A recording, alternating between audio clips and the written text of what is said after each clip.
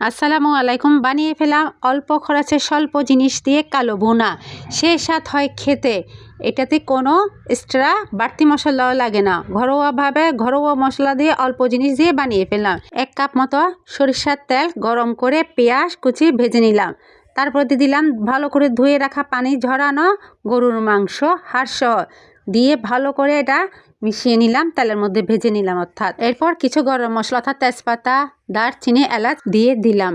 আবারও ভালোভাবে এটা লাড়াচাড়া করে দিয়ে দিলাম স্বাদ মতো লবণ, আধা চামচের কম আদা বাটা দিয়ে ভালোভাবে মিশিয়ে নিলাম। পানিটা যখন মাংসের থেকে শুকিয়ে এসেছে দিয়ে দিলাম সামান্য একটু হলুদের গুঁড়া, দিয়ে দিলাম 1 চামচ মতো মরিচের গুঁড়া, ঝাল বেশি যদি খেতে চান আরেকটু দিবেন।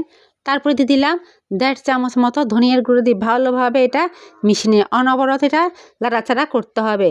পাতিলে যাতে পুড়ে তিতা হয়ে না যায় সেটা খেয়াল রাখতে হবে, কিন্তু পাতিলে লাগা লাগা হলে সে টেস্ট হয় খেতে। আধা চামচেরও কম দিয়ে দিলাম জিরার বাটা দিয়ে ভালোভাবে এটা আবারও মিশিয়ে নিলাম। এটা যত লাড়াচাড়া হবে ততই খেতে টেস্ট হবে।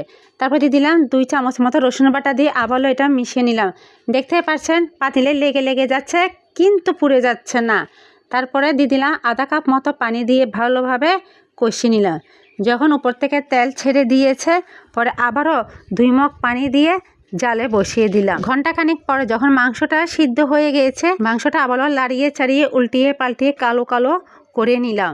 দেখতে পাচ্ছেন কতটা কালো হয়েছে কিন্তু তিতা যাতে না হয়ে যায়। তারপর দিয়ে দিলাম 1 চামচ মতো পাঁচফোড়ন, আধা চামচেরও কম সামান্য এলাচের গুঁড়ো দিলাম। লাস্টে দিলাম যাতে সেন্টটা কড়া আসে। তারপর আবারও মিশিয়ে লাড়াচাড়া করে নিলাম।